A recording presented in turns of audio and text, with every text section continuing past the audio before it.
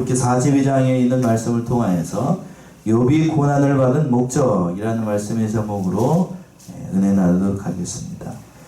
누가 고난을 받았다고요? 욥이 고난을 받았습니다.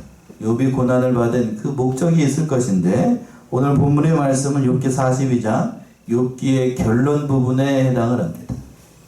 제가 말씀을 전하기 전에 그랬습니다. 욥기는 설교하기가 부담스럽고 난해해요. 성도들도 역시 욥기 말씀을 듣게 되면 별로 그렇게 좋아하지 않습니다. 왜 그렇지요? 당대의 의인이라고 하는 욥이 뭘 받았기 때문에? 하나님 앞에 고난을 받았기 때문에 고난을 받았어요. 일로 헤아릴 수 없는, 인간이 겪을 수 있는 가장 큰 고난을 받은 사람이 욥이라고 해도 과언이 아닐 정도로 큰 고난을 당했습니다.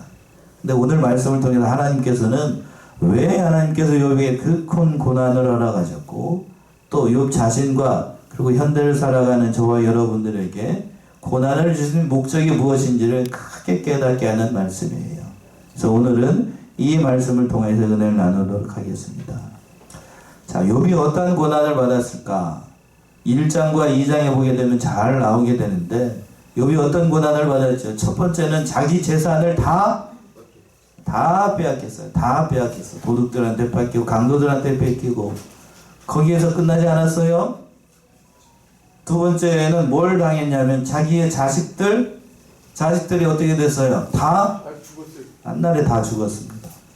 거기서 끝났으면 좋을 것인데, 결국에는 자기 몸에 머리끝에서 발끝까지 뭐가 나고 총기가 나가지고 기와장으로 득득 긁었어요. 그걸 옆에서 봤던 그 욥의 처가 뭐라고 그러냐면, 한번 보세요. 2장을 한번 가보세요. 2장 7절에서부터 9절. 아내가 뭐라고 말하는가? 죽으라고. 2장 7절부터 한번 읽어보시겠어요? 사탄이 이에 여호와 앞에서 물러가서 욥을 쳐서 그의 발바닥에서 정수리까지 동지게 나가 합니다. 욥이 제 가운데 앉아서 제물 조각을 가져다가 몸을 긋고 있더니 그의 아내가 그에게 이르되 당신이 그래도 자기 온전함을 굳게 지키느냐? 하나님 욕하고 죽으라. 예, 하나님을 뭐하고 죽으라고요? 욕하고 죽으라. 이 지경이 되면은 믿는 사람도 믿음 지키기 어렵습니다. 그러니까 옆에서 보고 있던 아내가 뭐라고 얘기를 하냐면, 차라리 하나님을 뭐하고 죽으라고요? 욕하고 죽으라. 이게 좋은 분위기 속에서 욥의 아내가 그렇게 말한 게 결코 아니에요. 여러분들 부부싸움 하면서 남편과 아내들한테 했던 그 말 그대로 했던 겁니다. 네가 그러고도 하나님 믿는다고? 차라리 욕하고 죽으라는 말도 그냥 죽으라고 안 했겠죠? 예. 지금 여러분들 머릿속으로 생각하는 그 단어, 그렇게 얘기를 했던 거예요. 집사람을 빠딱지 알아보고 있네. 그 말을 하는 거예요. 그 말. 이 지경이 되면 사람들이 별로 좋은 분위기가 아니에요. 그러니까 그렇게 얘기를 했던 겁니다. 그 고난을, 엄청난 고난을 하나님께서 욥에게 주신 목적이 뭔가? 욥이 진심으로 하나님 앞에 회개하도록 하기 위해서예요. 6절의 말씀이 그 말씀이잖아요. 오늘 본문 돌아서 6절 보시면 먼저, 그러므로 내가 스스로 화나고 티끌과 제 가운데서 회개하나이다. 예, 그러므로 내가 스스로 하나고 티끌과 제 가운데서 뭐 한다고요? 회개한다고 얘기했습니다. 티끌과 제 가운데서 회개한다. 자, 뭐를 그렇다라고 하면 욥이 뭐를 회개했다는 건가? 그 말씀이 1절부터 5절까지 나타나 있습니다. 1절, 2절 먼저 보시면, 욥이 여호와께 대답하여 가로되 주께서는 무소불능하시오며 무슨 경영이든지 못 이루실 것이 없는 줄 아오니. 예, 첫 번째 욥이 하나님의 엄청난 그 말씀을 듣고 난 다음에 욥이 이렇게 얘기를 하는 거예요. 욥이 여호와께 대답하여 가로되 주께서는 무소불능하시오며 무슨 경영이든지 못하실 것이 없는 줄 아오니. 하나님이 그 욥에게 나타나가지고 폭풍 가운데 나타나서 친히 천지 만물을 창조하신 하나님의 능력을 보여주고, 또 하나님의 위대하신 그 말씀을 다 듣고 난 다음에 욥이 했던 고백이, 첫 번째 고백이 이거예요. 주님은 모든 것이 가능합니다. 무소불능하다는 것이 모든 것이 가능하다는 거고, 무슨 경향이든지 못 이루실 것이 없는 그런 하나님이라는 사실을 다시금 깨달았다는 얘기예요. 하나님의 무한하신 능력, 하나님의 무한하신 지혜, 하나님의 무한하신 그 모든 지식을 깨닫고 욥이 지금 하나님 앞에 이렇게 얘기를 하는 거예요. 한마디로 얘기를 한다라고 하면 욥이 하나님의 절대적인 주권을 깊이 깨닫고 인정을 했던 겁니다. 전에는 그렇다라고 하면 이걸 몰랐는가? 머리로만 알았죠. 머리로만. 지금 이 시간에는 하나님의 주권을 어디로 알았다는 얘기죠? 가슴으로 알고 깨닫게 되었다는 얘기예요. 깊이 하나님의 주권을 인정하고 하나님이 어떠한 분이신가를 깊이 깨달았다는 얘기입니다. 또 3절 보시면 3절. 무지한 말로 이치를 가리우는 자가 누구니까? 내가 스스로 깨달을 수 없는 일을 말하였고 스스로 알 수 없고 헤아리기 어려운 일을 말하였나이다. 예, 무지한 말로 이치를 가리우는 자가 누구니까 이렇게 얘기를 하고 있는데 욥이 여호와 하나님의 능력과 그 깊으신 지혜와 섭리를 깨닫고 보니 자신이 지금까지 한 말은 다 감히 하나님 앞에 할 수 없는 말들을 했던 거고 스스로 알 수 없는 말을 했다는 사실을 깨달았다는 거예요. 그리고 또 하반절에서 그랬죠. 내가 스스로 깨달을 수 없는 일을 말하였고 스스로 알 수 없고 헤아리기 어려운 일을 말했다는 거예요. 자신의 한계를 알았다는 얘기죠. 자신도 연약한 인간이라는 사실을 깨닫고 이 말 속에는 그런 게 담겨 있어요. 욥이 3명의 친구들과 자신이 하나님 앞에서 결백하고 하나님 앞에서 봤을 때의 의인이라고 스스로 생각했는데 그런데 왜 하나님께서 죄가 없는 자기 자신에게 이렇게 큰 고난을 주시고 이러한 엄청난 일을 맺게 하셨는가? 욥도 결국에는 자기의 생일을 저주하고 하나님을 원망하고 불평하는 말을 서슴없이 했던 게 욥이었어요.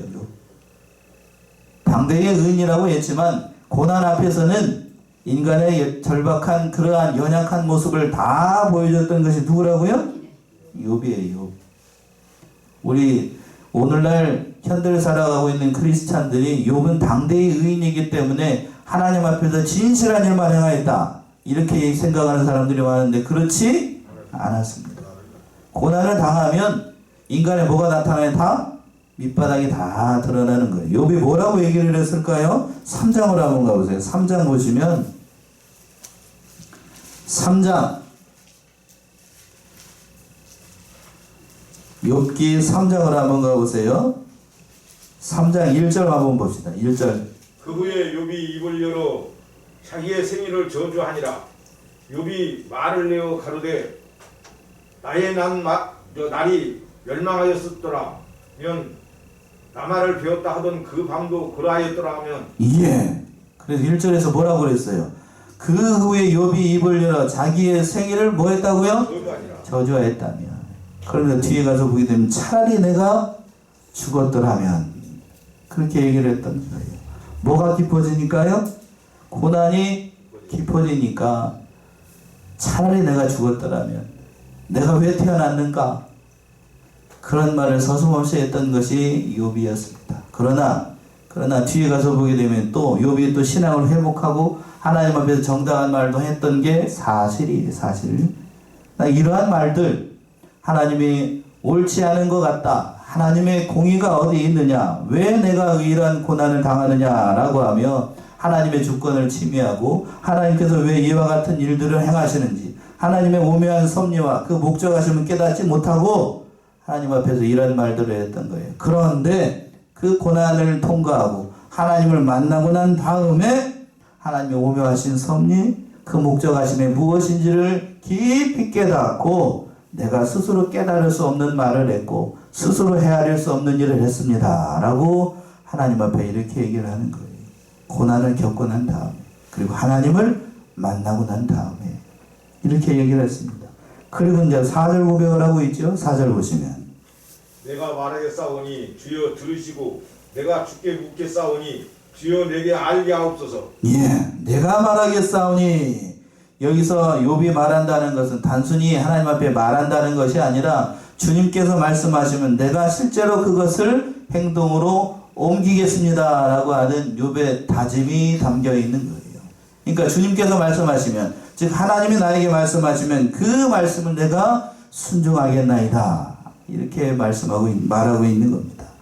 그러니까 실제로 욥이 고난을 당하기 전에는, 그리고 하나님께서 자신의 모습, 자신의 모든 계시를 알려주시기 전에는 그는 말과 행동이 따로 놀았어요. 따로. 머리로만 하나님에 대해서 알고 있었지만, 그러나 그 머리로만 아는 하나님의 지식으로는 고난이 깊어지게 되면 하나님의 말씀 제대로 순종할 수 없고 인간의 연약함을 드러낼 수밖에 없다는 사실을 고난을 당하면서 깨닫게 됐던 거예요. 그러니까 욥도 우리와 같은 연약한 육신을 가진 사람이라는 사실을 뭐를 당하면서 깨닫게 됐다고요? 고난을 당하면서. 고난을 당하면서. 그래서 성경에서 그랬죠. 의인은 없나니 하나도 있다고요? 없다고 그랬어요. 하나도 없어요. 장담할 수 없습니다. 내 믿음 내가 지키는 거지. 어떠한 고난이 있어도 나는 하나님 부인하지 않고 끝까지 믿음의 길을 걸어가겠다. 물론 나는 그렇게 다짐을 하지만, 그러나 내 앞에 현실적으로 고난이 닥치게 되면 내 입술로 하나님을 저주하지 않고 끝까지 그 믿음의 길을 걸어갈 수 있는지, 그건 알 수 없는 바예요. 알 수 없는 바. 누구도 하나님을 저기했으니까요. 자기의 생일을 저주했으니까 욥도 자기가 낳은 날 생일을 저주했어요. 생일을 저주했다는 것은 그 생명을 주신 누구를 저주했다는 말과 같은 거냐면 하나님을 저주한 거예요. 하나님을 저주했어요. 잠시 욥이 믿음이 흔들렸다라고 이게 표현하는 목사님들도 있는데, 인간이라고 하는 것은 잠시라도, 그러니까 믿음을 떠나게 되면 누구든지 다 이런 지경에 빠지게 된다는 거예요.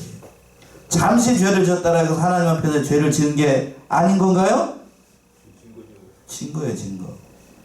누구나 다 이렇게 연약한 인생이라는 사실을 욥이 고난을 당하고 난 다음에 깨달았단 거예요. 그래서 이렇게 말을 하는 거예요. 하나님께서 이제 말씀하시면 제가 깨닫게 되었습니다. 제가 어떠한 사람인지 주님께서 말씀하시면 겸손히 배우겠습니다. 그 말씀의 길을 걸어가겠습니다. 고난 당하고 난 다음에 참으로 하나님 앞에 이렇게 자복하고 자신의 모습을 발견하고 이렇게 겸손히 하나님 앞에 얘기하고 있었던 겁니다. 또 5절 보시면, 5절이요. 내가 죽게 대하여 귀로 듣기만 하였사옵더니 이제는 눈으로 주를 비옵나이다. 예. 자, 5절 한번 우리 같이 합독합시다. 5절 굉장히 중요한 말씀입니다. 5절 시작. 내가 죽게 대하여 귀로 듣기만 하였사옵더니 이제는 눈으로 주를 배움나이다. 이제는 뭘로 뭘로 본다고요? 주님을? 눈으로 본다는 거예요. 눈으로. 전에는 어디로 들었는데? 귀로만 들었어요. 귀로만 들었다는 얘기는 어떠한 하나님을 전에 알았다는 얘기냐면, 하나님의 뜻과 그 모든 계획하심과 여러 가지 지식을 가지고 있었지만, 그러나 그 하나님에 대한 지식을 귀로만 듣고 머리로만 알았지, 지식적인 하나님이었지, 그 하나님이 어디에서 역사하시지 않았냐면, 어디에서요? 가슴으로 역사하지 않았어요. 머리로만 아는 하나님이었습니다. 머리로만 아는 하나님, 그 위험해. 그런데 지금은 뭘로 봤다고요? 주님을? 눈으로 봤어요. 눈으로 봤다는 얘기는 고난을 당하고 난 다음에 하나님을 직접 체험하고 느끼고 경험하고 나니 하나님에 대해서 깊이 깨닫게 되었습니다 라는 뜻이에요. 그러니까 전에는 하나님에 대해서 제대로 깨닫지 못했습니다. 그러나 경험하고 난 다음에는 하나님이 어떠한 분인가를 영으로 만나게 됐고, 전인격적으로 하나님을 만나게 돼서 그 모든 생각과 가치관이 완전히 달라졌다는 얘기예요. 이렇게 만났던 사람이 성경에서 많이 있습니다. 모세, 대표적인 사람 두 사람만 들어볼까요? 구약에서 가장 위대한 선지자라고 얘기하는 이스라엘 백성들이 가장 존경하는 선지자 누구요? 모세도 젖될 때까지 어머니로부터 하나님의 말씀을 배웠습니다. 그러나 머리로만 아는 하나님이었어요. 어디로만 아는 하나님? 머리로만 아는 하나님이었는데, 그러나 그가 범죄하고 난 다음에 미디안 광야에서 40년 동안 그 고난을 당하면서 몸으로 아는 하나님이 됐습니다. 그러고 난 다음에 하나님이 어떠한 분이신가를 깊이 깨달았어요. 어디에서 만난 하나님을 통하여서? 미디안 광야에서 만난 하나님을 통해서. 그 광야의 생활이, 그러니까 고난받는 생활이 모세에게 유익한 건가요? 유익하지 않은 건가요? 유익한 거예요. 인간의 관점으로 봤을 때인 고난이 별로 반갑지 않습니다. 저도 고난 별로 좋아하지 않아요. 그러나 고난을 당하면 당할수록 누구에 대해서 깊이 깨달아 나가요? 하나님에 대해서. 또 사도 바울 역시도 마찬가지죠. 사도 바울. 사도들 중에서 가장 충성된 일꾼이라고 평가하는 사도 바울 역시도 전에는 성경에 대해서 누구보다 많이 알았습니다. 어렸을 때부터, 나면서부터 유대인이었고 그런 사람이 있잖아요. 그러니까 그 사람이 하나님에 대해서 누구보다 잘 배웠습니다. 율법에 정통했던 사람이에요. 그러나 사도 바울이 알았던 그 율법과 하나님, 어디로만 아는 하나님이었어요? 머리로만 알았어요. 아는 지식이 결국에는 뭐를 잡아 죽이는데 앞장을 섰는가? 예수 믿는 사람들 잡아 죽이는데 앞장을 섰어요. 그러니까 머리로만 아는 하나님, 그 위험합니다. 머리로만 아는 지식, 머리로만 아는 신앙, 다른 사람 잡아 죽이기 딱 좋아요. 누구처럼? 사도 바울처럼. 그러나 그 신앙이 어디로 내려와야 돼요? 머리에만 있지 않고 가슴으로 내려와야 돼요. 그걸 깨달았다는 얘기예요. 그걸 깨달았다. 눈으로 본다는 얘기는 이제 제가 하나님이 어떠한 분이신가를 깨닫고 하나님의 말씀에 순종하고 하나님을 인하여서 살겠습니다 라고 얘기하면서 하나님 앞에 전심으로 회개했던 거예요. 그 말씀은 그래서 6절의 말씀입니다. 6절 보시면 그러므로 내가 스스로 화나고 티끌과 제 가운데서 회개하나이다. 예. 그리고 난 다음에 이 욥이 이렇게 얘기를 하는 겁니다. 그러므로 내가 스스로 화나고 티끌과 죄 가운데에서 뭐하나이다? 회개하나이다. 회개하나이다. 회개한다는 얘기는 그러니까 내가 입술로만 회개한다라고 해서 하나님께서 잘했다라고 말하는 게 아니고 진심으로 그 마음을 찢고 하나님 앞에 돌아오는 것, 그걸 회개라고 얘기하는 거예요. 요엘 2장을 한번 가보세요. 요엘 2장 12절에서부터 13절. 요엘 2장 12절에서부터 13절 구약성경.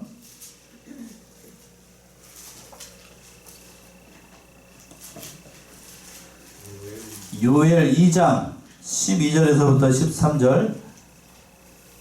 찾기가 좀 난해한 성경 가운데 한 구절이에요. 별로 안 찾아보면. 요엘 2장 12절에서부터 13절. 말씀이 너희는 이제라도 금식하고 은혜에 통하고 마음을 다하여 내게로 돌아오라 하셨나니 너희는 옷을 찢지 말고 마음을 찢고 너희 하나님 여호와께로 돌아올지어다.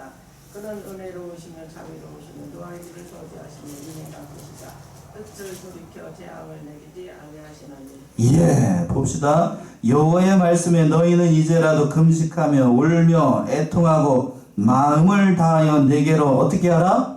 돌아오라 하셨나니 너희는 옷을 찢지 말고 뭐를 찢으라고요? 마음을 찢으라. 그러니까 겉으로 보이는 그 모습이 중요한 게 아니라 하나님은 어디를 찢기를 원하셔요? 마음을 찢고 하나님께 돌아오기를 원하는 겁니다. 오늘 본문의 말씀을 그대로 적용하면 머리로 믿는 그 지식적인 하나님, 귀로만 듣던 그런 하나님이 아니라 눈으로 보고 마음으로 깨닫는 그런 하나님으로 알기를 원하시는 거예요. 죄송해요. 개인적인 예에서 죄송합니다만 우진이한테 적용한다라고 하면 아빠가 믿는 하나님, 엄마가 믿는 그런 하나님이 아니고 누가 만나는 하나님으로? 자신이 만나는 나의 하나님을 만나기를 원하시는 거예요. 귀로만 듣던 하나님이라는 얘기는 조상적부터 섬겼던 조상으로 받았던 그런 하나님이 아니고 성경책에 써있는 그런 하나님이 아니라 그 말씀이 나에게도 역사하신 그런 나의 하나님으로 만나야 된다는 얘기예요. 그런 하나님으로 만나지 않으면 고난 당하면 누구처럼 전락할 수 있어요? 욥처럼 돼요. 자기 생일을 저주하고 하나님은 왜 공의롭지 않으신가? 이렇게 얘기할 수 있다고요. 이렇게 얘기할 수 있어요. 그래서 왜 욥이 회개를 했는가? 전에는 하나님에 대해서 제대로 깨닫지 못했어요. 하나님이 어떠한 분이신지 무지한 말을 함부로 했어요. 그 말을 회개한다는 거고, 또 하나님의 주권을 제대로 인정하지 못했습니다. 그걸 회개한다는 거고, 또 자신의 생일을 저주하고 하나님의 생명에 대해서 얘기를 했던 거, 그리고 또 자기 속에도 여전히 죄악이 있고 부패성이 있다는 사실을 깨닫지 못하는 것, 그거를 회개했다는 얘기예요. 그러니까 아무리 의인이라고 자부하는 사람이라고 할지라도 인간인 이상 자기 속에는 뭐가 여전히 있어요? 죄악성이 남아있고 부패성이 남아있습니다. 말씀을 전하는 저도 제 안에 부패성이 있고 죄악성이 있을까요? 없을까요? 있습니다. 있습니다. 요즘 세간에서 그 유튜브나 저기에서 보게 되면 그 프로가 있습니다.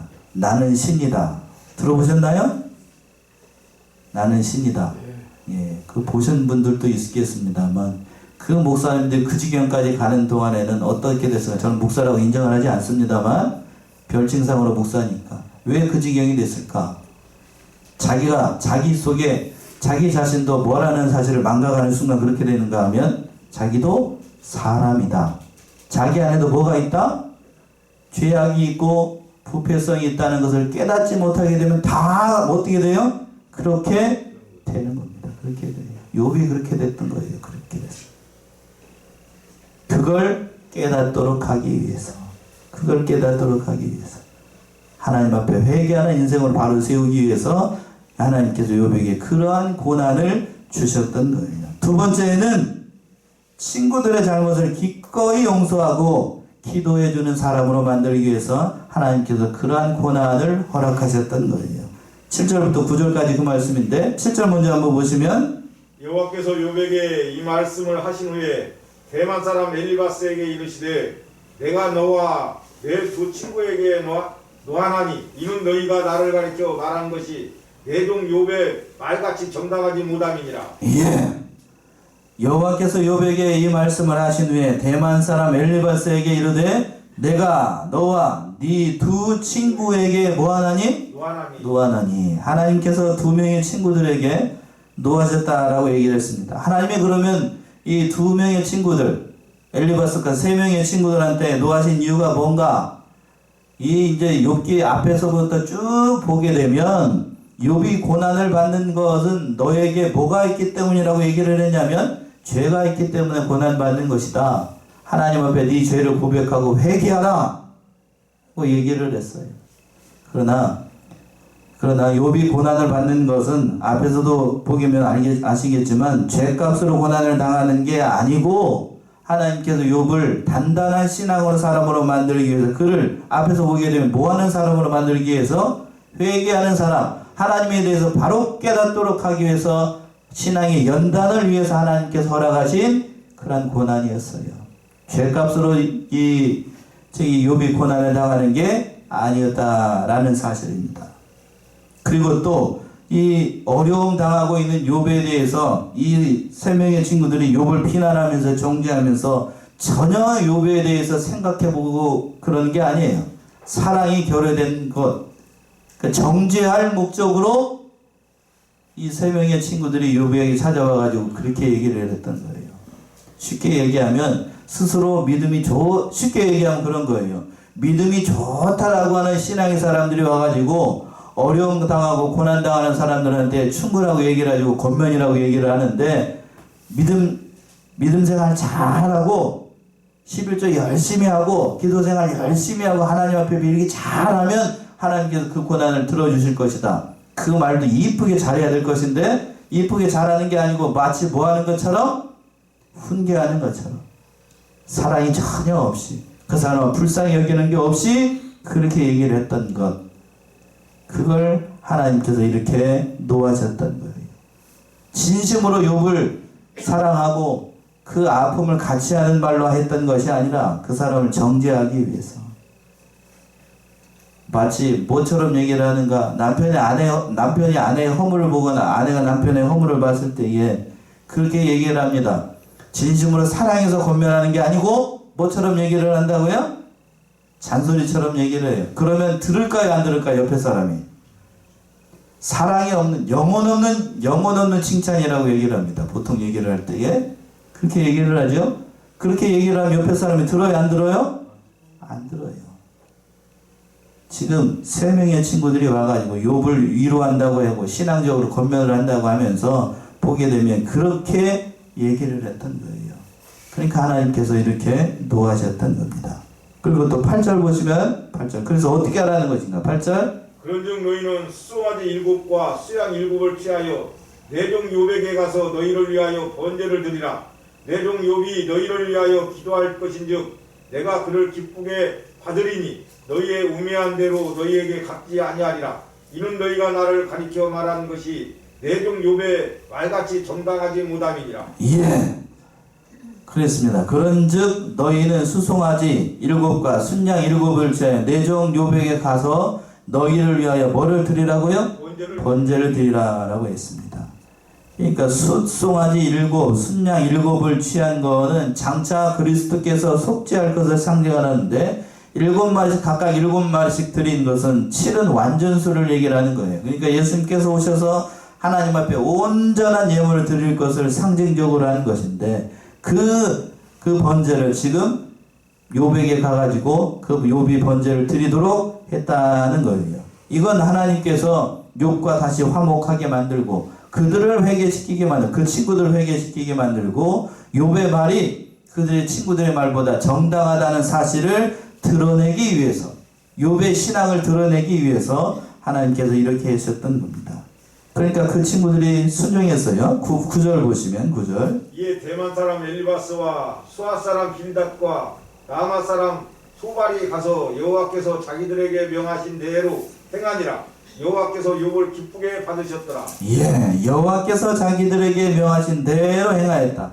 욥의 3명의 친구들, 그러니까 엘리바스, 빌닷, 소발이 하나님의 명령에 순종을 해가지고 욥을 통해서 번제를 드리도록 했습니다. 번제를 드리고 났더니 그 9절 하반절에서 이렇게 얘기를 하고 있죠. 여호와께서 누구를 기쁘게 받으셨다고요? 욥을 기쁘게 받으셨어요. 상식적으로 생각한다라고 하면 한번 보세요. 저를 한번 주목해 보세요. 하나님 앞에 번제를 드린 거는 뭐였죠? 뭘 번제로 드렸어? 수송아지, 순양 7을 드렸으니까 상식적으로 생각한다면 욥을 받는 게 아니고 뭘 받아야 돼요? 하나님께서 번제물을 받아야 되겠죠? 그렇죠? 송아지를 받아야 되고 양을 받아야 되고 그리고 또 수송아지와 양을 드린 누구를 받아야 되는가? 3명의 친구들을 받아야 맞는 거죠? 예. 그런데 여기서 보게 되면 누구를 받았다라고 되어 있어요? 욥을 기쁘게 받았어요. 욥을 기쁘게 받았어요. 왜 이렇게 표현을 했을까? 이 3명의 친구들이 와가지고 욥에 대해서 막 정죄하고 이런 말 저런 말을 하면서 막 신학적인 논쟁을 많이 했어요. 그러니까 상처를 받은 건 욥인가요? 3명의 친구들인가요? 누구예요? 욥이 상처를 많이 받았어요. 욥이 상처를 많이 받았어.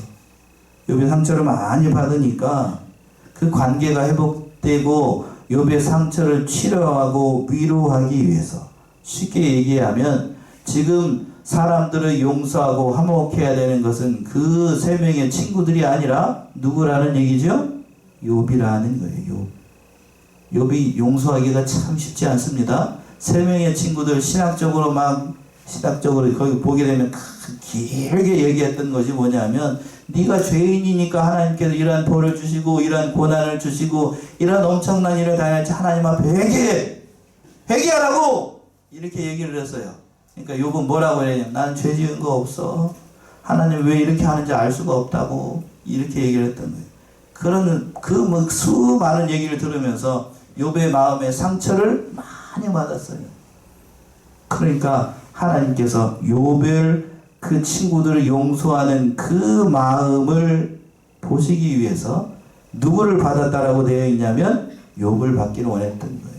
참 용서하기 어렵습니다. 마태복음 18장 한번 가보세요. 마태복음 18장 21절에서부터 22절.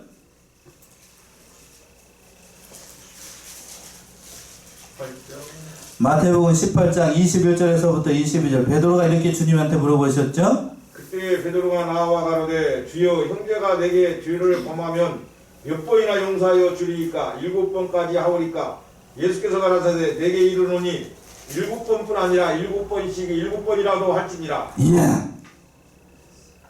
그때에 베드로가 나와 가로되 주여 형제가 내게 죄를 범하면 몇 번까지 용서해 주리이까 7번까지 할까요? 라고 물어봤어요. 그러니까 친구가 옆에서 와가지고 나에게 잘못을 죄를 범하고 잘못을 구하고 용서를 구하면 몇 번까지 용서해 줄까요? 베드로 딴에는 몇 번까지라고 얘기했어요? 7번까지 할까요? 베드로도 뭐를 쓴 거죠? 믿음 많이 쓴 거예요. 7번까지 얘기하면. 그러니까 예수님께서 뭐라고 그러냐면 7번씩 몇 번까지? 70번씩이라도 그렇게 용서해야 된다는 거예요. 오늘 본문의 말씀에서 돌아오게 되면 욥은 친구들과의 그 논쟁을 벌이면서 앞에서도 얘기한 것처럼 감정이 많이 상했습니다. 마음의 상처를 많이 받았어요. 그러니까 이 번제를 드리면서 진정으로 하나님 앞에 돌아오기를 바랬던 것은 하나님의 관점에서 봤을 때에 욥의 3명의 친구들보다도 누가 하나님 앞에 바로 서기를? 욥이 바로 서기를. 그러니까 그 친구들을 위로하고 그 친구들을 마음으로부터 용서하는 그 욥을 보시고 욥을 기쁘게 받으셨던 거예요. 그러니까 하나님께서 욥을 신앙으로 더 깊이 세우도록 하기 위해서 욥에게 이러한 은혜를 베푸셨던 겁니다. 마지막으로 3번째, 하나님과의 관계가 회복이 되고 갑절에 복을 주시기 위해서 욥이 고난을 받았던 겁니다. 그 말씀이 17절까지 나와 있습니다. 10절 11절 보시면 욥이 그 벗들을 위하여 빌매 여호와께서 욥의 곤경을 돌이키시고 욥에게 그전 소유보다 갑절이나 주신지라. 이에 그의 모든 형제와 자매와 및 전에 알던 자들이 다 와서 그 집에서 그와 함께 식물을 먹고 여호와께서 그에게 내리신 모든 재앙에 대하여 그를 위하여 슬퍼하며 위로하고 각각 금 한 조각과 금고리 하나씩 주었더라. 예, 욥이 그들을 위해서 빌매, 그러니까 하나님 앞에 번제를 드렸다는 거죠. 그러고 난 다음에 그들을 위해서 기도했습니다. 그래서 그 모든 어려움 가운데 돌이켜 주시고 갑절의 은혜를 베풀어서 그 모든 소유를 회복하게 하셨습니다. 그러니까 성도들은 어떤 걸 좋아하냐면 앞에 거 별로 좋아하지 않아요. 9절까지 있는 말씀이 있죠? 9절까지 있는 별로 좋아하지 않습니다. 뭐 받기만 좋아하는가요? 예, 뒤에 가서 갑절의 은혜 받는 것만 좋아해요. 성도들은 앞에 거 별로 좋아하지 않아요. 고난 받는 거, 그 나에게 못되게 했던 그 성도들 용서하는 거, 그게 뭔 복이냐? 그게 뭔 복이냐? 우리는 뭐에 보이는 복이 좋다? 눈에 안 보이는 복 말고 어떤 복이 더 좋아요? 눈에 보이는 복, 이 갑절의 복. 갑절의 복. 그러나 우리가 신앙적으로 양심을 걸고 보게 된다라고 하면 그 눈에 보이는 뒤에 게 좋은 거예요? 아니면 앞에 것? 고난을 통해서 누구를 깨닫는 것? 하나님을 깨닫고 용서할 수 없는 그 사람을 어떻게 하는 것? 용서하는 것. 어느 게 더 좋은 건가요? 앞에 목사님이 보고 있으니까 앞에 게 좋다라고 얘기를 해야 될 것 같은데, 그러나 우리의 마음은 어떻게 더 좋아요? 뒤에 게 더 좋죠. 뒤에 게. 그냥 결과로만 원인과 결과로만 따져놓고 본다라고 하면 앞에 게 있어야 뒤에 게 담아지나요? 아니면 뒤에 게 있어야 앞에 게 나오나요? 어떻게 먼저예요? 앞에 게 있어야죠. 하나님을 깨닫고, 그리고 내가 다른 사람을 용서할 수 있는 신앙의 사람이 되어야 하나님께서 뭐를 주셔요? 이러한 복도 주시는 거예요. 주시는 거. 그런데 우리는 그 실력과 자격은 갖추지 못하고 뭐 받기만 바라고 있으니? 복만 받기만 바라고 있으니 하나님 입장에서 봤을 때에는 그 복이 아닙니다. 복이 아니에요. 제가 언제 한번 말씀드린 것 같은데 그랬습니다. 거지에게 지나가던 거지에게 100만 원짜리 수표를 주게 되면 거지가 어떻게 행동을 할까? 어떻게 할까요? 그 거지 생활 청산하고 목욕 깨끗하게 거지 생활 청산할까? 그럴까요? 그렇지 않아요. 그렇게 않습니다. 100만 원이라는 거니까 적은 것 같네. 한 1억씩 줬다 그래 봅시다. 거지 생활 청산하고 새로운 길 걸을까? 아닙니다. 아니에요. 다음날 가서 보게 되면 전에는 양철대기로 팍짝 찌그러진 걸로 이렇게 동양 그릇이었는데 다음날 가서 보니까 동양 그릇이 금그릇으로 바뀔 뿐이야. 그게 사람이라는 거예요. 그게 사람. 사람. 실력과 자격이 되지 않으면 하나님께서 복을 주셔도 그걸 복으로 생각하지 않아요. 감당 못해요. 감당 못해. 제가 쉽게 얘기해서 우진이 미안해요. 우진이한테 1억을 딱 줬다고 해봅시다. 우진이가 그 1억을 값지게 쓸까요? 요즘 저기 하느라고 빠져가지고 엄마가 스트레스를 많이 받아. 뭐 게임 저기 하느라고 그래가지고 핸드폰을 뭐 하는 데다 다 쓸까요? 게임 아이템 사느라고 거기다가 다 써버립니다. 다 써. 요즘 애들 돈 무서운 줄 몰라요? 거기다가 다 써버릴 거야. 아니면 하루에도 다 쓸걸 아마? 값지게 쓰질 못해요. 그거는 복이 아니에요. 그건 복이 아닙니다. 사람 죽이는 거지. 그러니까 하나님은 우리의 모든 형편을 아시니까 욥을 고난을 통해서 그러한 사람을 만들고 복을 주시기 위해서 이렇게 주신 겁니다. 자, 그리고 12절 13절 보시면 12절 13절 여호와께서 욥의 모전에 복을 주사 처음 복보다 더하게 하시니 그가 양 1만 4천과 약대 6천과 소 1천결이와 암나귀 1천을 두었고 또 아들 7과 딸 3을 낳았으며 예, 여호와께서 욥의 본에 복을 주사 처음 복보다 더하게 하시고 이렇게 많은 짐승들을 주셨습니다. 계산하기 쉽게 소 1천결이라고 그랬어요. 다른 거 빼고 소 1천결이. 소 키우신 분 아니까 1천결이라고 하면 몇 마리냐면 2마리가 결이니까 2,000마리예요. 요즘 소 한 마리가 얼마 정도 하죠? 촉감이 좀 떨어져 가지고 한 500 잡읍시다. 그 한 마리가 500이니까 2,000마리면 얼른 계산해 보세요. 얼마예요? 10억? 10억인가요?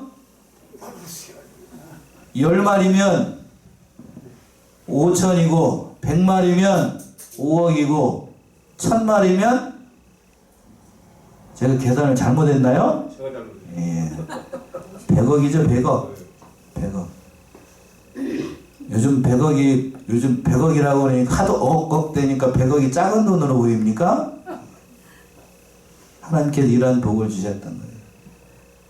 그러니까 앞에 게 관계가 잘 돼야 됩니다. 그런 복을 주셨습니다. 이런 복만 주셨는가? 14절 15절 그가 첫째 딸은 여미마라 이름이 하였고 둘째 딸은 구시아라 이름하였고 셋째 딸은 게르라프이라 이름하였으며 전국 중에 욥의 딸들처럼 아리따운 여자가 없었더라. 그 아비가 그들에게 그 오라비처럼 사람을 주었더라. 예, 3명의 딸을 줬는데 이 3명의 딸들이 전국 중에서 가장 아름다운 딸이었다고 합니다. 제가 봤을 때 미스 코리아 진선미였던 것 같아요. 예, 아름다운 딸들도 줬습니다. 그리고 마지막으로 16절 17절 그 후에 욥이 140년을 살며 아들과 손자 4대를 보았고 나이 늙고 기한이 차서 죽었더라. 예, 그 후에 욥이 140년을 살며 아들과 손자 4대를 보았고 나이가 늙고 기한이 차서 죽었더라. 그 후에 140년을 더 살았다고 하니까 또 자손 4대면은 몇 손주를 본 거예요? 3대면 할아버지고 4대면 뭐 뜨죠? 그렇게 되는 거죠? 예, 그렇게 된 그런 복을 누렸습니다. 그러니까 산술적으로만 계산해도 여기서 욥이 환란 후에 140년을 더 살았으니까 얼른 생각해보면 200살이 넘도록 장수했다는 거죠. 얼른 생각만 해봐도 큰 복을 누렸습니다. 그러니까 잘 참아야 됩니다. 한 군데만 찾아보고 말씀 마칠게요. 야고보 1장 12절 야고보 1장 12절 시험을 참는 자는 복이 있도다. 이것에 옳다 인정하심을 받은 후에 주께서 자기를 사랑하는 자들에게 약속하신 생명의 멸관을 얻을 것이니라. 예, 시험을 참는 자가 뭐가 있다고요? 복이 있도다. 복이 있답니다. 욥이 시험을 잘 참음으로 말미암아 그 고난 가운데서도 그 믿음을 잘 지켰던 것처럼 그 고난을 통해서 하나님을 만났던 것처럼 우리 사랑하는 성안의 성도들도 하나님께서 우리에게 주시는 그 많은 어려운 일들이 있습니다. 그러니까 그 어려운 가운데서도 믿음 흔들리지 말고 고난을 잘 이겨나가서 하나님을 만나고 하나님을 찾고 또 예비하신 모든 복과 은혜를 누리는 사랑하시는 성안의 성도들 모두가 되시기 바랍니다. 기도하겠습니다.